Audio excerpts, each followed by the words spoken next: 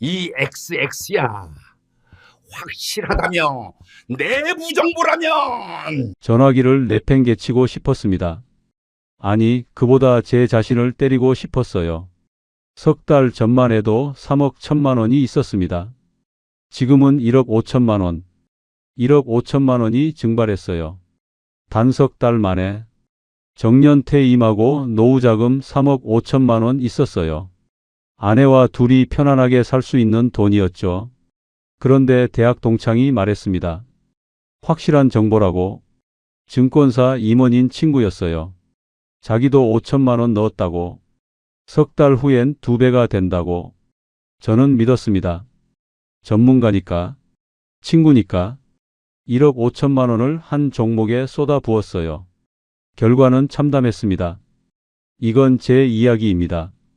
평범한 교사가 노후 자금을 날리고 바닥까지 떨어졌다가 다시 일어서기까지의 2년 반 이야기.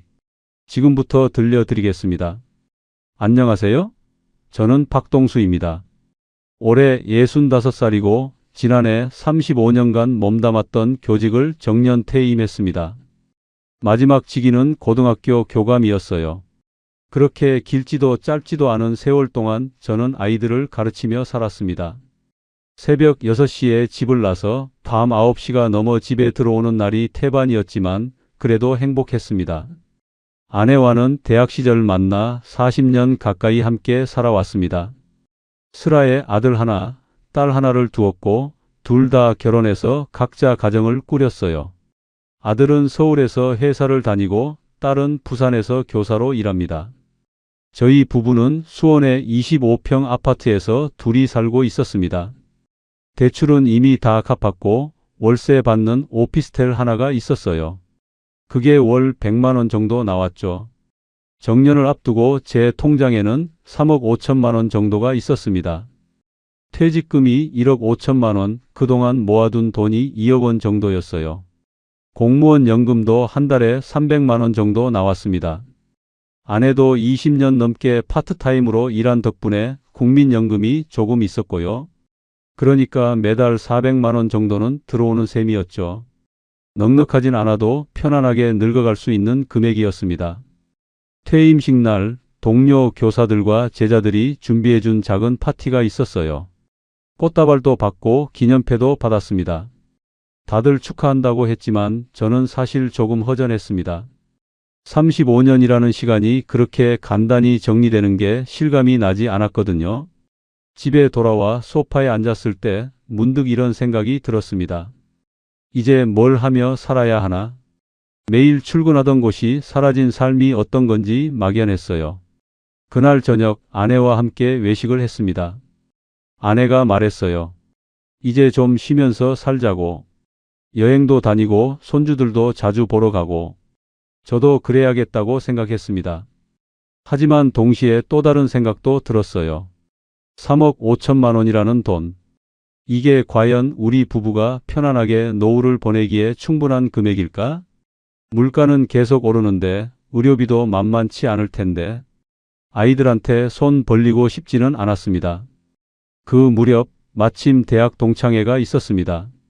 5년에 한 번씩 여는 큰 모임이었는데 그날따라 참석률이 꽤 높았어요.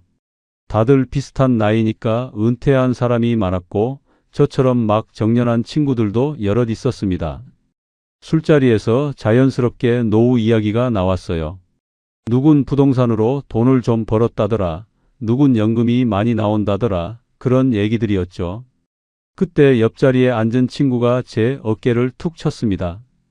김재훈이라는 친구였는데 대학 때 같은 과는 아니었지만 동아리에서 친하게 지냈어요. 졸업 후엔 가끔 연락하는 정도였는데 그 친구가 증권사 임원으로 일한다는 건 알고 있었습니다. 재훈이가 조용히 말했어요. 동수야, 요즘 시장 괜찮던데 주식 좀 해봐. 그냥 예금만 넣어두면 손해야. 저는 주식에 대해 잘 몰랐습니다. 젊을 때 몇 번 해본 적은 있지만 300만 원 정도 넣었다가 100만 원 날린 기억만 있었어요. 그 뒤로는 손도 안 댔습니다. 하지만 재훈이는 전문가 아닙니까? 그 친구 말이라면 믿을 만하다고 생각했어요. 그래서 제가 물었습니다. 어떻게 하면 되는데? 재훈이가 웃으며 말했어요. 나중에 따로 만나서 얘기하자고. 좋은 정보 줄 테니까. 그날 밤 집에 돌아와서도 재훈이 말이 머릿속을 맴돌았습니다. 좋은 정보. 그게 뭘까? 궁금했어요. 아내에게도 슬쩍 말했습니다. 재훈이가 주식 좀 해보라고 하던데. 아내는 별로 좋아하지 않는 표정이었어요. 위험하지 않냐고, 우리 나이에 그런 거 하면 안 된다고. 저도 그 말이 맞다고 생각했습니다. 하지만 한편으론 이런 생각도 들었어요. 재훈이는 전문가잖아. 그 친구가 알려주는 거라면 괜찮지 않을까? 며칠 뒤 재훈이한테 전화가 왔습니다. 만나자고 하더군요. 저는 바로 약속을 잡았어요.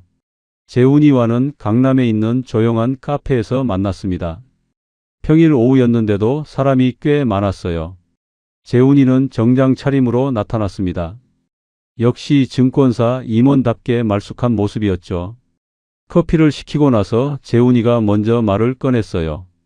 동수야, 요즘 시장이 정말 좋아. 특히 바이오 쪽이 뜨거워. 저는 바이오가 뭔지도 제대로 몰랐습니다. 재훈이가 설명해 줬어요. 생명공학 관련 회사들인데 신약 개발하는 곳들이라고. 요즘 정부에서도 지원을 많이 하고 해외에서도 투자가 몰린다고 했습니다. 그 중에서 특히 한 회사가 있는데 곧 임상 결과가 나온다고 했어요. 결과만 좋으면 주가가 두세 배는 오를 거라면서요. 재훈이가 목소리를 낮췄습니다. 동수야, 이건 아무한테나 말 못해. 너니까 얘기하는 건데 이 회사 임상 결과가 아주 좋대. 내부에서 들은 정보야. 확실해. 저는 그 말에 가슴이 두근거렸습니다. 내부 정보라니? 그런 게 정말 있구나 싶었어요. 재훈이가 계속 말했습니다. 지금 넣으면 석 달 안에 2배는 되겠는데? 나도 이미 5천만 원 넣었어. 그 친구가 직접 투자했다는 말에 저는 더 확신이 생겼습니다. 자기 돈을 걸었다는 건 정말 확실하다는 뜻 아니겠습니까? 제가 물었어요. 얼마 정도 넣는 게 좋을까? 재훈이가 잠시 생각하더니 말했습니다.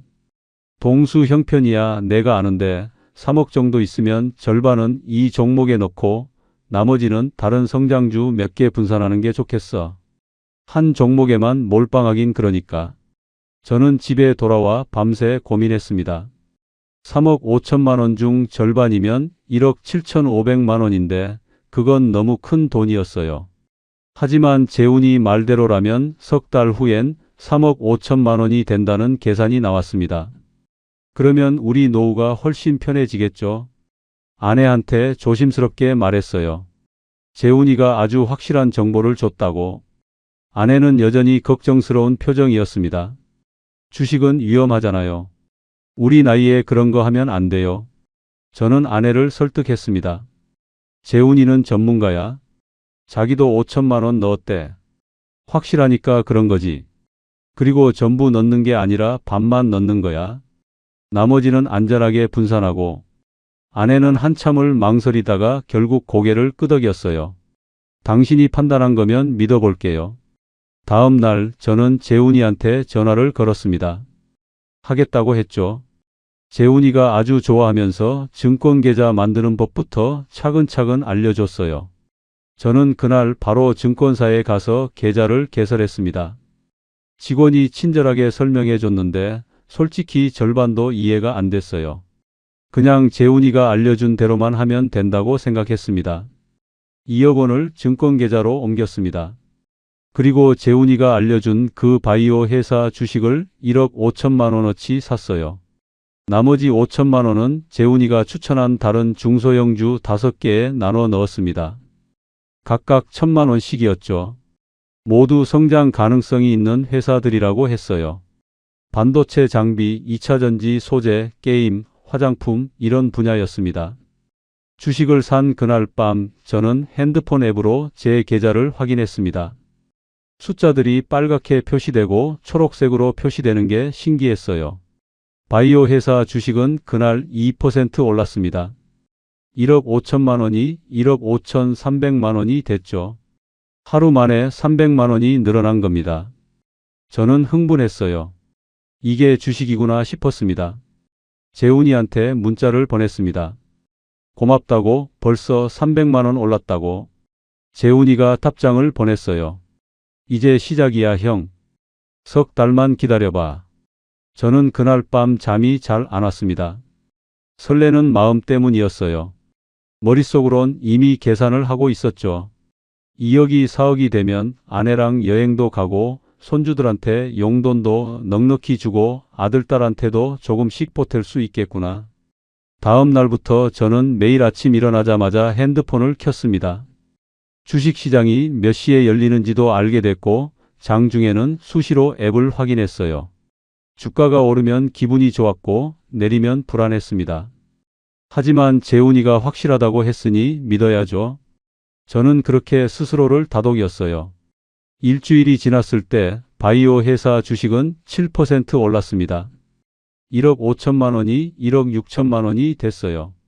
다른 종목들도 대체로 올랐습니다. 5천만 원이 5,400만 원 정도 됐죠. 전체적으로 900만 원이 늘어난 셈이었어요. 저는 아내한테 자랑했습니다. 봐, 벌써 1,000만 원 가까이 올랐어. 재훈이 말이 맞지. 아내도 조금 안심하는 표정이었어요. 한 달이 지났을 때 2억 원은 2억 4천만 원이 됐습니다. 4천만 원이 늘어난 거죠. 저는 매일 아침이 즐거웠어요. 이런 게 돈이 돈을 버는 거구나 싶었습니다. 교사 월급 받을 때는 한 달에 300만 원씩 모으기도 힘들었는데 이젠 가만히 앉아서 4천만 원이 생겼잖아요. 재훈이한테 고맙다는 전화를 또 했습니다. 재훈이가 웃으면서 말했어요. 아직 멀었어, 형. 진짜는 임상 결과 나올 때야. 저는 그 말을 믿고 또 기다렸습니다. 2달째 접어들었을 때 제 계좌는 계속 불어났습니다. 바이오 회사 주식은 15%가 올라 1억 7,250만 원이 됐고 다른 종목들도 평균 8% 정도 상승했어요. 5천만 원이 5,400만 원 정도 됐죠. 합치면 2억 2,650만 원이었습니다. 원금 2억 원에서 2,650만 원이 늘어난 겁니다. 13% 수익률이었어요. 저는 매일 아침 눈을 뜨면 가장 먼저 핸드폰을 켰습니다. 장이 열리는 9시가 기다려졌고 장중에도 수시로 확인했어요. 점심 먹을 때도 산책할 때도 심지어 화장실에서도 들여다봤습니다. 아내가 걱정했어요. 너무 자주 보지 말라고, 그러다 스트레스 받는다고. 하지만 저는 스트레스가 아니라 즐거움이었어요. 숫자가 올라가는 걸 보는 게 그렇게 재미있을 수가 없었습니다. 재훈이와는 일주일에 한두 번씩 통화했습니다. 그 친구도 자기 계좌가 잘 올랐다면서 좋아했어요. 형, 이제 곧 임상 결과 나와. 3월 말쯤이면 발표될 거야. 그때 주가 확 뛸 거니까 그때까지 절대 팔지 마. 저는 당연하죠 하고 대답했습니다. 팔 생각 자체가 없었어요. 오히려 더 사고 싶은 마음이었죠. 그 무렵 대학 동창들 단체 채팅방이 활발해졌습니다. 다들 주식 얘기를 하더군요. 누구는 전기차 관련주로 돈 벌었다. 누구는 삼성전자로 안정적으로 간다. 그런 얘기들이었어요. 저도 슬쩍 말했습니다. 저도 요즘 좀 하는데 괜찮네요. 그러자 몇몇 친구들이 관심을 보였어요. 동수 형은 뭐 샀어요? 저는 구체적으로 말 안 했습니다. 재훈이가 아무한테나 말하지 말라고 했거든요. 석 달째로 접어들 무렵이었습니다.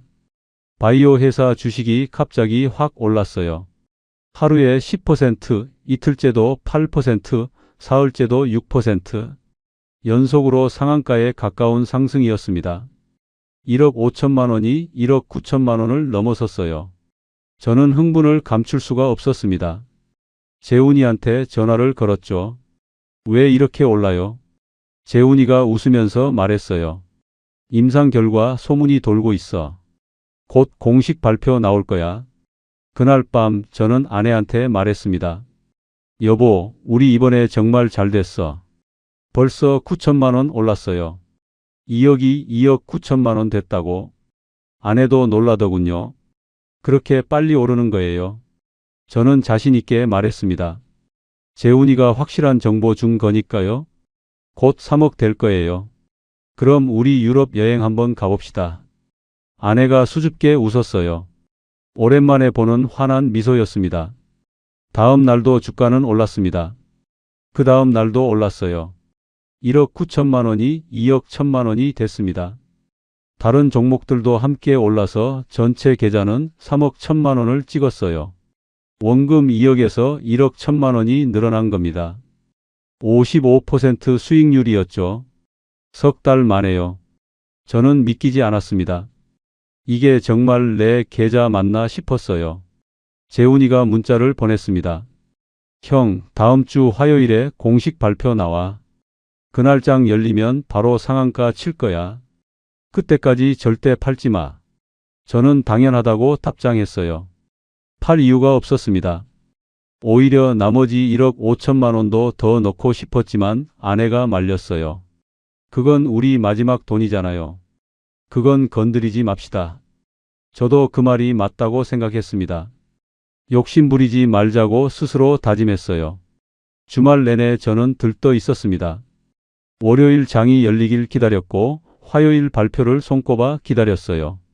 아들한테 전화를 걸었습니다. 아들아, 아빠가 요즘 투자를 좀 하는데 잘 되고 있어. 곧 좋은 소식 있을 거야. 아들이 조심하라고 했어요. 주식은 위험하다고. 저는 괜찮다고 아빠가 잘 알아보고 한 거라고 했습니다. 딸한테도 비슷한 얘기를 했죠. 월요일이 됐습니다. 장이 열렸고 바이오 회사 주식은 또 올랐어요. 3% 정도. 2억 1천만 원이 2억 1,600만 원이 됐습니다. 다른 사람들도 눈치챈 건지 거래량이 엄청나게 늘었어요. 저는 재훈이한테 물었습니다. 내일 발표 나오면 정말 상한가 가요. 재훈이가 확신에 찬 목소리로 말했어요. 당연하지. 형, 내일 아침 일찍 앱 켜봐. 깜짝 놀랄 거야. 그날 밤 저는 설레서 잠을 설쳤습니다. 2억 1,600만 원이 상한가 30% 오르면 2억 7천만 원이 넘습니다. 거기다 다른 종목까지 합치면 3억 5천만 원은 될 거예요. 원금의 거의 2배였습니다. 석 달 만에요. 저는 이불을 뒤집어 쓰고 웃음을 참았습니다. 이렇게 쉽게 돈을 벌 수 있다니. 재훈이한테 정말 고맙다고 생각했어요. 화요일 아침이 밝았습니다. 저는 새벽 6시에 눈을 떴어요. 장이 열리려면 아직 3시간이나 남았지만 기다릴 수가 없었습니다. 뉴스를 검색했어요. 그 바이오 회사 이름을 쳤습니다. 그런데 이상했어요. 기사가 하나도 안 나왔습니다. 발표가 오늘 맞는데? 저는 재훈이한테 전화를 걸었어요. 아직 새벽이라 안 봤더군요. 문자를 보냈습니다. 형, 기사가 안 나오는데요? 8시가 넘어서야 재훈이한테 전화가 왔습니다. 목소리가 평소와 달랐어요. 동수야, 지금 뉴스 봤어. 저는 무슨 뉴스냐고 물었습니다. 재훈이가 한숨을 쉬며 말했어요. 임상이 실패했대. 저는 귀를 의심했습니다. 뭐라고요? 재훈이가 다시 말했어요. 임상 3상에서 효과가 없었대. 방금 공시 떴어. 제 손에서 핸드폰이 떨어질 뻔했습니다. 첫 번째 균열장이 열리자마자 주가는 폭락했습니다. 하한가였어요. 30%가 한 번에 내려앉았습니다. 2억 1,600만 원이 1억 5,120만 원이 됐죠. 저는 멍하니 화면을 바라봤습니다. 숫자들이 빨갛게 변해 있었어요. 마이너스 30%, 6,480만 원 손실. 단 하루 만에요. 재훈이한테 다시 전화를 걸었습니다. 형, 이거 어떡하죠? 팔아야 하나요? 재훈이가 말했어요. 아니야, 지금 팔면 안 돼. 이런 건 일시적이야. 시장이 과민 반응하는 거라고. 조금 있으면 다시 오를 거야. 저는 그 말을 믿고 싶었습니다. 하지만 주가는 계속 떨어졌어요. 하한가로 매도 주문이 쌓여 있었고 거래가 안 됐습니다. 팔고 싶어도 팔 수가 없는 상황이었죠.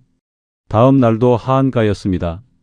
1억 5,120만 원이 1억 584만 원이 됐어요. 이틀 만에 1억 1천만 원이 증발한 겁니다. 저는 패닉에 빠졌습니다. 아내한테 말할 수가 없었어요. 어떻게 말해야 할지 모르겠더군요. 그냥 괜찮다고 곧 회복될 거라고 혼자 중얼거렸습니다. 재훈이는 연락이 뜸해졌습니다. 전화를 걸어도 잘 안 받았어요. 문자를 보내면 한참 뒤에 짧게 답장이 왔습니다. 나도 손실 봤어. 미안해. 그게 끝이었습니다. 저는 허탈했어요. 확실한 정보라며, 내부에서 들었다며, 자기도 5천만 원 넣었다며, 그 말들이 모두 거짓이었나 싶었습니다. 사흘째 되는 날 주가는 조금 반등했습니다. 5% 올랐어요. 1억 584만 원이 1억 1113만 원이 됐습니다. 저는 이때다 싶어서 전부 팔았어요. 더 이상은 못 보겠더군요. 매일 몇백만 원씩 증발하는 걸 지켜보는 게 고문 같았습니다. 1억 5천만 원이 1억 1113만 원이 됐으니 3,887만 원 손실이었습니다. 다른 종목들도 문제였습니다. 바이오 주가 폭락하면서 시장 전체가 흔들렸어요. 특히 중소형주들이 타격을 받았습니다. 제가 가진 5개 종목도 평균 15% 정도 빠졌어요.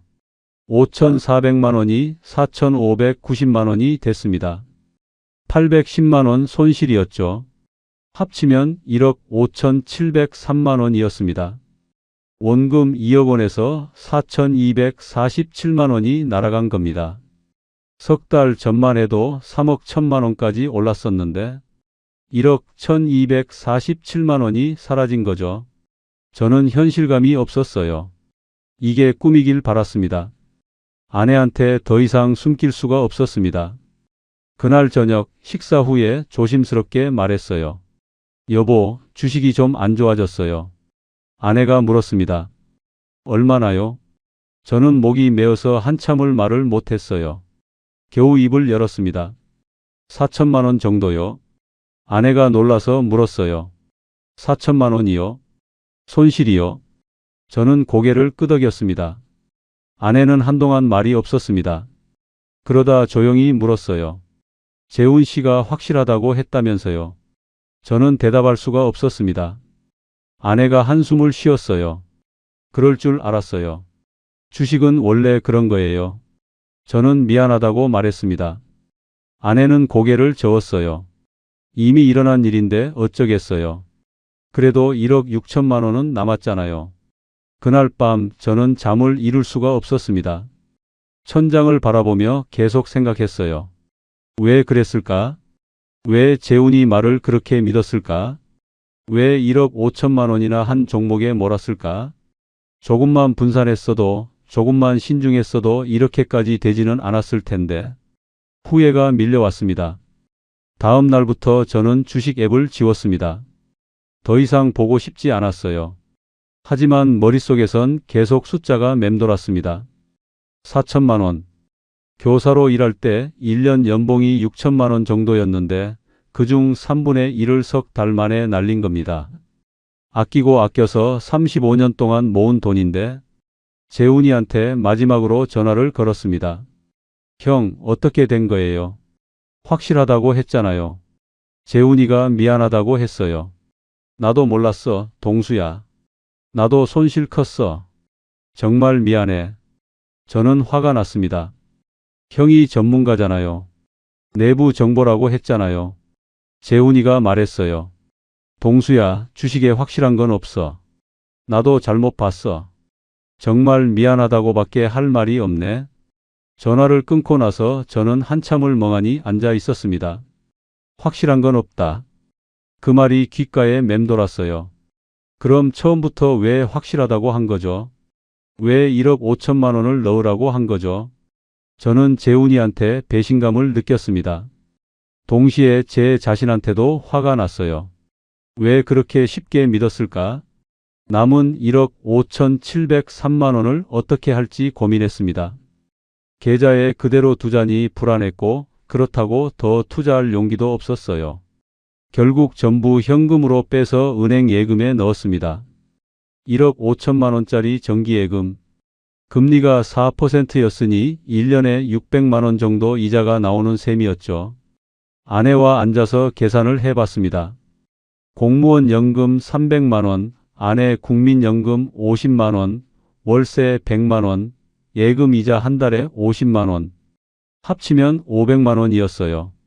생활비로 350만 원 정도 쓴다면 한 달에 150만 원은 남습니다. 1년에 1,800만 원. 나쁘지 않은 숫자였어요.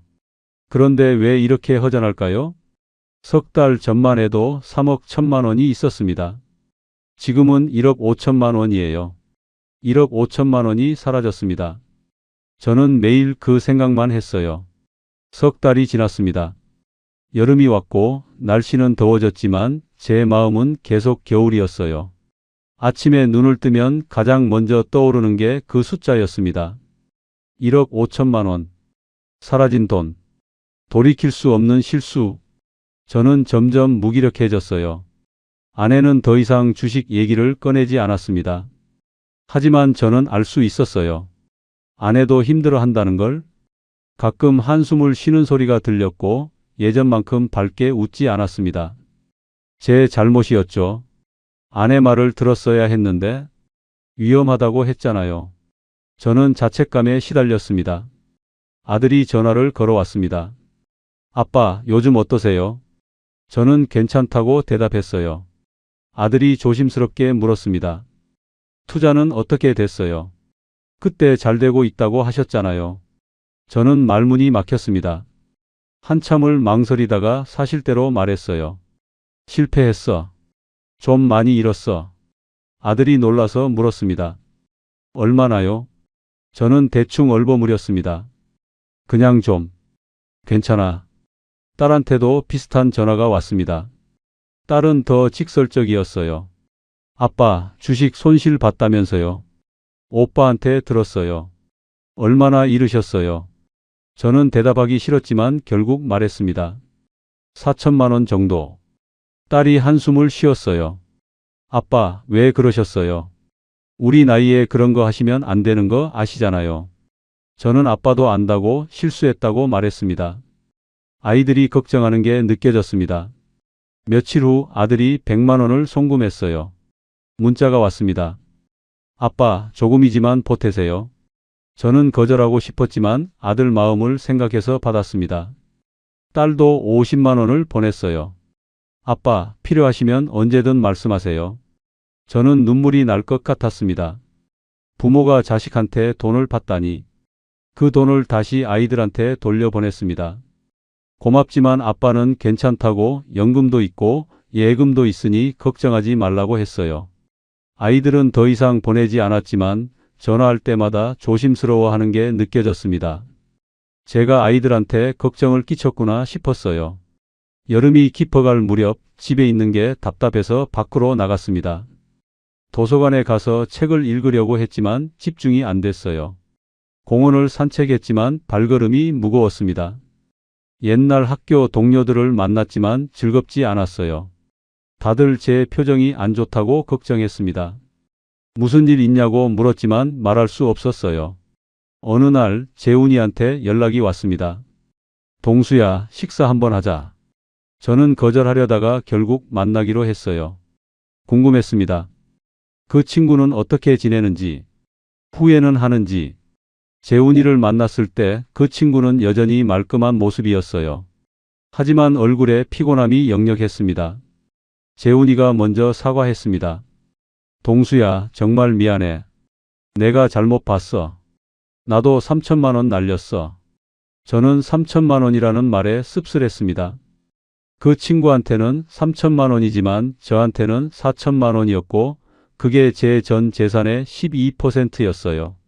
재훈이가 말을 이었습니다. 그래도 형은 괜찮잖아. 연금 있고. 나는 아직 일해야 하는데 회사에서도 요즘 눈치가 보여. 저는 화가 났습니다. 괜찮다니요? 35년 모은 돈을 석 달 만에 날렸는데 괜찮다고요? 하지만 말을 꺼내지 않았어요. 화를 내봤자 돈이 돌아오는 것도 아니고 재훈이도 나름 손실을 봤으니까요. 그냥 조용히 식사만 하고 헤어졌습니다. 그게 재훈이와의 마지막 만남이었어요. 집에 돌아와서 아내와 마주 앉았습니다. 아내가 물었어요. 재훈 씨 만났어요. 저는 고개를 끄덕였습니다. 아내가 말했어요. 이제 그만 잊어요. 계속 붙잡고 있으면 당신만 힘들어요. 저는 알아요 하고 대답했지만 사실 잊을 수가 없었습니다. 매일 밤 꿈에 나왔어요. 빨간 숫자들이 떨어지는 꿈, 계좌가 비는 꿈. 가을이 왔습니다. 날씨가 선선해졌지만 제 마음은 여전히 무거웠어요. 어느 날 은행에서 연락이 왔습니다. 예금이 만기됐다고 갱신하겠냐고 물었습니다. 저는 금리를 물었어요. 4.5%라고 했습니다. 조금 올랐네요. 저는 다시 1년짜리로 갱신했습니다. 그날 밤 계산을 다시 해봤습니다. 1억 5천만 원에 4.5%면 675만 원. 한 달에 56만 원 정도. 공무원 연금 300만 원, 아내 연금 50만 원, 월세 100만 원. 합치면 506만 원. 생활비 350만 원 빼면 한 달에 156만 원 남습니다. 1년에 1872만 원. 나쁘지 않은 숫자였어요. 하지만 석 달 전만 해도 3억이 넘었다는 생각을 하면 허무했습니다. 만약 그때 욕심내지 않았다면, 만약 재훈이 말을 듣지 않았다면, 만약 조금만 더 신중했다면, 후회가 끝없이 밀려왔어요. 아내가 옆에 앉았습니다. 당신 이제 그만해요. 계속 후회해봤자 소용없어요. 우리 앞으로 어떻게 살지 생각해요. 저는 고개를 끄덕였습니다. 아내 말이 맞았어요. 과거는 바꿀 수 없으니까. 하지만 쉽지 않았습니다. 매일 아침 눈을 뜰 때마다, 매일 밤 잠들기 전에 그 숫자가 머릿속을 맴돌았으니까요. 겨울이 다가왔습니다. 겨울은 유난히 추웠습니다. 날씨 탓만은 아니었어요. 제 마음이 더 추웠습니다. 연금과 월세, 예금 이자로 생활하는 건 가능했지만 뭔가 부족하다는 느낌이 계속 들었어요. 한 달에 150만 원 정도 저축할 수 있었지만 예전처럼 여유롭지 못했습니다. 아내와의 관계도 조금씩 어긋나기 시작했습니다. 아내는 말이 없었지만 저는 알 수 있었어요. 제게 실망했다는 걸. 어느 날 저녁 사소한 일로 다툼이 생겼습니다. 설거지를 제가 안 했다는 이유였는데 아내가 갑자기 화를 냈어요. 당신은 요즘 아무것도 안 하잖아요. 하루 종일 집에만 있으면서.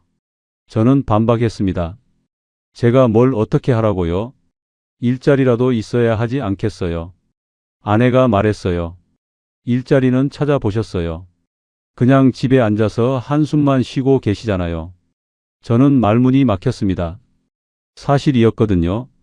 저는 아무것도 하지 않았어요. 할 의욕이 없었습니다. 그날 밤 아내가 말했습니다. 저 친정 좀 다녀올게요. 동생이 아프다고 해서. 저는 알았다고 했어요. 아내는 다음 날 짐을 싸서 나갔습니다. 일주일 정도 다녀온다고 했지만 저는 알 수 있었어요. 저한테서 떨어지고 싶어 한다는 걸, 혼자 있고 싶어 한다는 걸. 저는 아내를 붙잡지 않았습니다. 혼자 남은 집은 너무 조용했습니다.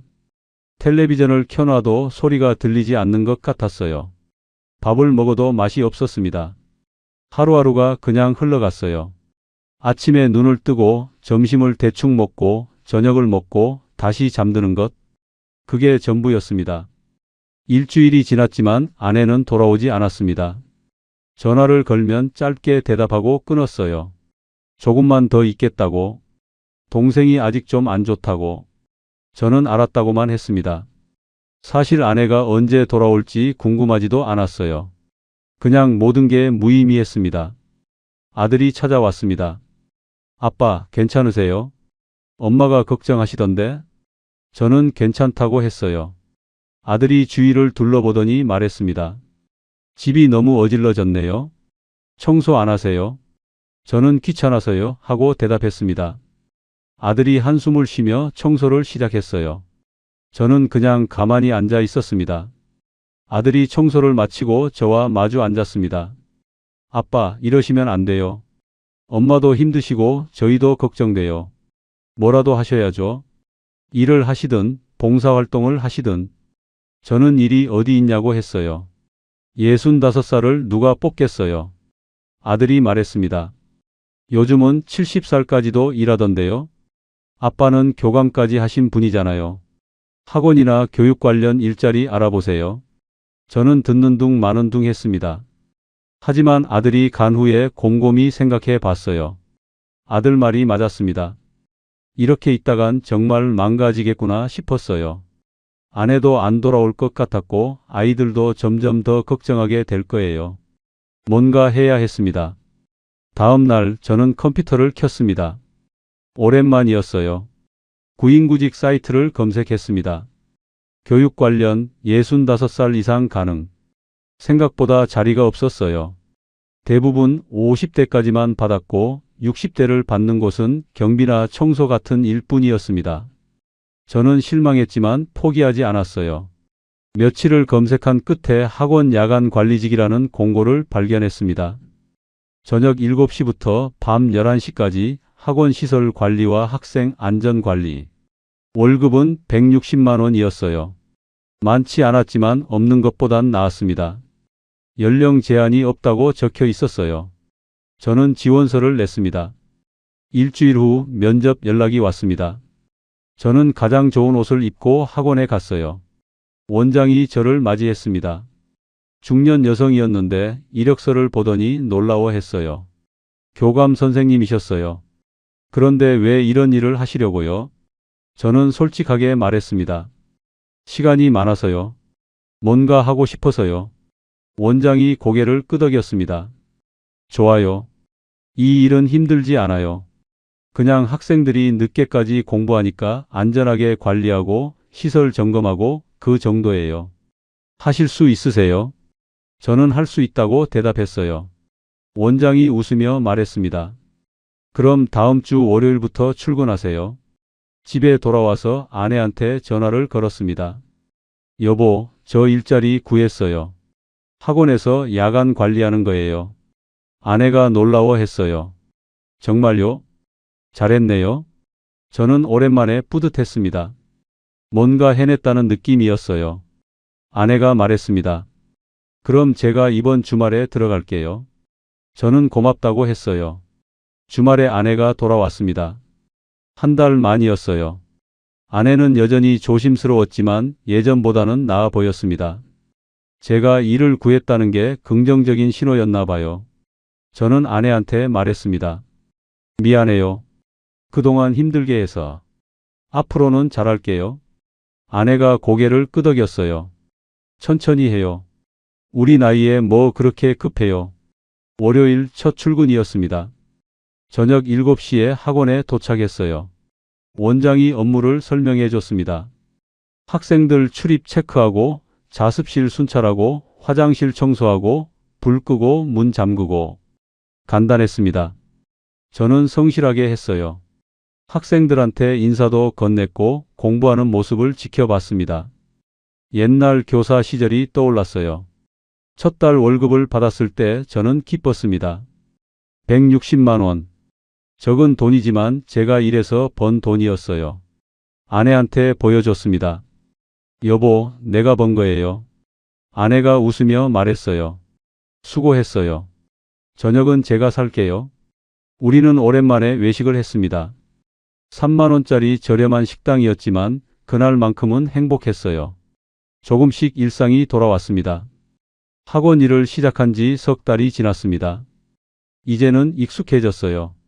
저녁 7시에 출근해서 밤 11시에 퇴근하는 게 자연스러워졌습니다. 학생들과도 친해졌어요. 처음엔 저를 경비 아저씨쯤으로 생각했지만 제가 교사 출신이라는 걸 알고는 가끔 공부 관련 질문을 했습니다.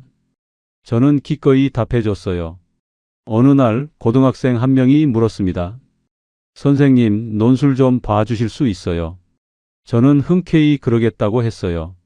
그 학생이 쓴 글을 읽어봤는데 구조는 좋았지만 문장이 어색했습니다. 저는 빨간 펜으로 첨삭을 해줬어요. 학생이 무척 고마워했습니다. 다음 날 그 학생 친구들도 논술을 가져왔어요. 저는 하나하나 봐주었습니다. 원장이 그 모습을 봤나 봅니다. 저를 따로 불러서 말했어요. 선생님, 논술 첨삭 아르바이트 하실래요? 온라인으로 하는 건데 주말에 시간 나실 때 하시면 돼요. 한 편에 5,000원씩 드릴 거? 저는 놀랐습니다. 그런 일이 있었나요? 원장이 웃으며 말했어요. 요즘 온라인 과외 플랫폼이 많아요. 거기 등록하면 되는데 선생님 경력이면 충분히 하실 수 있어요. 집에 돌아와 알아봤습니다. 정말 그런 플랫폼이 여럿 있었어요. 논술 첨삭, 영어 첨삭, 수학 문제 풀이 같은 걸 온라인으로 해주는 거였습니다. 저는 논술 첨삭에 등록했어요. 경력을 적고 샘플을 올렸습니다. 이틀 후 첫 주문이 들어왔어요. 고등학교 3학년 학생의 대학 입시 논술이었습니다. 저는 정성껏 첨삭했습니다. 단순히 틀린 곳만 고치는 게 아니라 논리 구조를 어떻게 개선할지, 어떤 표현이 더 적절한지 자세히 설명했어요. 학생이 만족해하며 좋은 리뷰를 남겼습니다. 그 뒤로 주문이 계속 들어왔어요. 주말마다 5에서 10편 정도를 첨삭했습니다. 한 편에 5,000원이니까 한 달에 60만 원에서 80만 원 정도 수입이 생겼죠. 아내한테 말했습니다. 여보, 제가 부업을 시작했어요. 온라인으로 논술 첨삭해 주는 거예요. 한 달에 70만 원 정도 될 것 같아요. 아내가 놀라워했어요. 대단하시네요. 그럼 학원 월급이랑 합치면 230만 원이네요. 저는 고개를 끄덕였습니다. 거기다 공무원 연금 300만 원, 아내 연금 50만 원, 월세 100만 원이면 총 680만 원이었어요. 생활비 350만 원을 빼면 한 달에 330만 원이 남습니다.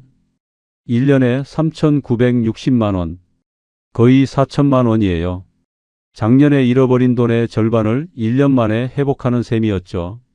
물론 원금을 회복하려면 아직 멀었지만 그래도 희망이 보였습니다. 봄이 왔습니다. 날씨가 따뜻해지자 마음도 조금씩 풀렸어요. 저는 아내한테 제안했습니다. 여보, 우리 여행 갈까요? 그렇게 비싼 데 말고 가까운 데로. 아내가 웃으며 고개를 끄덕였어요. 좋아요. 경주 어때요? 저는 좋다고 했습니다. 우리는 이틀 일정으로 경주를 다녀왔어요. 100만 원 정도 썼지만 후회하지 않았습니다. 오랜만에 아내와 편하게 웃었거든요. 여행에서 돌아온 후 아내가 말했습니다. 당신 요즘 많이 좋아졌어요. 예전처럼 한숨도 안 쉬고. 저는 미소 지었어요. 그런가요? 사실 저도 느꼈습니다. 예전처럼 숫자에 집착하지 않게 됐고 매일 밤 후회하지도 않게 됐어요. 물론 가끔은 생각나지만 이제는 받아들일 수 있었습니다. 그게 제 실수였고 이미 지나간 일이라고. 여름이 왔습니다.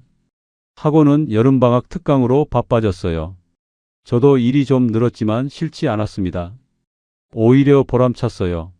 학생들이 저한테 고마워하는 모습을 볼 때마다 뿌듯했습니다. 논술 첨삭도 인기가 많아져서 한 달에 100만 원 가까이 벌었어요. 그달은 총 700만 원 정도 수입이 생겼습니다. 아들이 전화를 걸어왔습니다. 아빠, 요즘 어떠세요? 저는 좋다고 대답했어요. 일도 하고 부업도 하고 바쁘게 지내고 있다고. 아들이 기뻐하며 말했습니다. 다행이에요. 목소리가 밝아지셨어요. 저도 안심이에요. 저는 아들한테 고맙다고 했습니다. 작년에 걱정 많이 끼쳐서 미안하다고. 아들이 웃으며 말했어요. 괜찮아요, 아빠. 이제 잘 되고 있잖아요. 가을이 왔습니다. 1년이 지났어요. 작년 이맘때는 주식으로 돈을 잃고 절망했었는데 이제는 일상을 되찾았습니다. 통장에는 3,500만 원 정도 모였어요. 작년에 잃은 4천만 원에는 못 미치지만 그래도 의미 있는 숫자였습니다. 제가 일해서 번 돈이었으니까요. 원장이 저를 불렀습니다. 선생님, 내년에 급여 인상할게요. 160만 원에서 180만 원으로요. 학생들이 선생님 좋아하거든요. 부모님들도 만족해 하시고. 저는 고맙다고 했어요. 원장이 덧붙였습니다. 그리고 가능하시면 평일에도 논술 수업 한두 타임 맡아 주실 수 있어요. 시간당 5만 원 드릴까? 저는 생각해 보겠다고 했습니다. 집에 와서 아내와 상의했어요. 평일에 논술 수업까지 하면 너무 바쁠 것 같은데 어떻게 생각하냐고. 아내가 말했습니다. 당신이 할 수 있으면 하세요. 무리하지 않는 선에서. 저는 고민 끝에 일주일에 이틀 각 1시간씩만 하기로 했어요. 한 달에 40만 원 추가 수입이었습니다. 그렇게 또 석 달이 지났습니다. 겨울이 다시 왔어요. 통장에는 5천만 원이 넘게 모였습니다. 작년 이맘때보다 훨씬 마음이 편했어요. 아내와 저녁을 먹으며 이야기했습니다. 내년에는 뭐 하고 싶냐고. 아내가 말했어요. 그냥 이렇게 평범하게 사는 게 좋아요. 건강하게. 저는 동감했습니다. 평범한 게 제일 좋은 거더라고요. 크리스마스 때 아이들이 손주들을 데리고 왔습니다. 오랜만에 온 가족이 모였어요. 손주들이 할아버지 할머니 하며 안겼습니다. 저는 용돈을 줬어요. 각각 10만 원씩. 작년에는 엄두도 못 냈던 금액이었죠. 아들과 딸도 선물을 줬습니다. 저는 행복했어요. 가족이 함께 있다는 것, 그게 가장 소중하다는 걸 깨달았습니다. 그날 밤 혼자 앉아서 생각했습니다. 지난 2년을 돌아보며 돈을 잃고 절망하고 다시 일어서고 쉽지 않은 시간이었지만 동시에 배운 것도 많았어요. 돈이 전부가 아니라는 것, 가족이 얼마나 소중한지, 평범한 일상이 얼마나 감사한지, 그리고 무엇보다 다시 시작할 수 있다는 것. 저는 이제 67살입니다. 늙었지만 아직 할 수 있는 게 많아요. 그 일이 있은 지 2년 반이 지났어요. 저는 여전히 학원에서 일합니다. 온라인 논술 첨삭도 계속하고 있어요. 평일 논술 수업도 주 2회 하고 있습니다. 바쁘지만 충실한 나날들이에요. 한 달 수입은 공무원 연금 포함해서 700만 원 정도 됩니다. 생활비 빼고 350만 원 정도 저축하고 있어요. 통장에는 7,500만 원이 모였습니다. 2년 반 동안 모은 돈이죠. 작년에 잃은 4천만 원은 아직 다 회복 못했지만 그래도 괜찮습니다. 예금 1억 5천만 원까지 합치면 2억 2,500만 원이에요. 우리 부부가 편안하게 살기에 충분한 금액입니다. 아내와의 관계도 많이 좋아졌어요. 요즘은 주말마다 함께 산책을 갑니다. 가끔 영화도 보러 가고 전시회도 다녀요. 소소한 일상이지만 행복합니다. 아내가 말했어요. 당신 요즘 정말 좋아 보여요. 저는 웃으며 대답했습니다. 당신 덕분이에요. 아이들도 이제 안심하는 것 같아요. 손주들을 자주 데리고 옵니다. 저는 손주들한테 공부도 가르쳐주고 같이 놀아주기도 해요. 할아버지 역할을 제대로 하고 있는 거죠. 아들이 말했어요. 아빠, 그때는 정말 걱정했는데 이렇게 잘 회복하셔서 다행이에요. 저는 고맙다고 했습니다. 가끔 생각합니다. 만약 그때 주식을 안 했더라면 어땠을까? 4천만 원을 잃지 않았더라면 지금쯤 2억 4천만 원이 있었겠죠. 하지만 저는 이제 후회하지 않아요. 그 경험이 없었다면 지금의 제가 없었을 테니까요. 일할 생각도 안 했을 거고 돈의 소중함도 몰랐을 거예요. 무엇보다 깨달은 게 있습니다. 확실한 정보는 없다는 것. 아무리 가까운 친구라도 투자는 본인이 판단해야 한다는 것. 한 종목에 집중 투자하면 안 된다는 것. 그리고 욕심 부리지 말아야 한다는 것. 재훈이와는 연락이 끊겼습니다. 그 친구도 나름 힘들었을 거예요. 저는 이제 원망하지 않습니다. 결국 제 선택이었으니까요. 제가 판단하고 제가 결정한 일이었으니까. 요즘 학원에서 만나는 학생들이 가끔 물어봅니다. 선생님, 주식하세요? 저는 웃으며 고개를 젓습니다. 안 해요. 그리고 덧붙이죠. 여러분도 나중에 투자하게 되면 조심하세요. 확실한 건 없어요. 절대 한 번에 큰 돈 넣지 마세요. 지금 저는 행복합니다. 돈이 많아서가 아니에요. 건강하게 일할 수 있어서, 가족이 함께 있어서, 평범한 일상을 살 수 있어서 행복합니다. 이 나이에 이것보다 더 바랄 게 뭐가 있겠어요. 앞으로도 이렇게 살 겁니다. 성실하게 일하고 조금씩 저축하고 가족과 함께 웃으며. 거창한 꿈은 없어요. 그냥 건강하게, 평범하게 감사하며 살 거예요. 여러분께도 말씀드리고 싶습니다. 투자는 신중해야 합니다. 아무리 좋은 정보라도, 아무리 확실해 보여도 결국 본인이 책임져야 해요. 그리고 무엇보다 돈보다 소중한 게 있다는 걸 잊지 마세요. 가족이고 건강이고 평범한 일상입니다. 저는 박동수입니다. 67살 여전히 배우며 살아가고 있습니다. 감사합니다.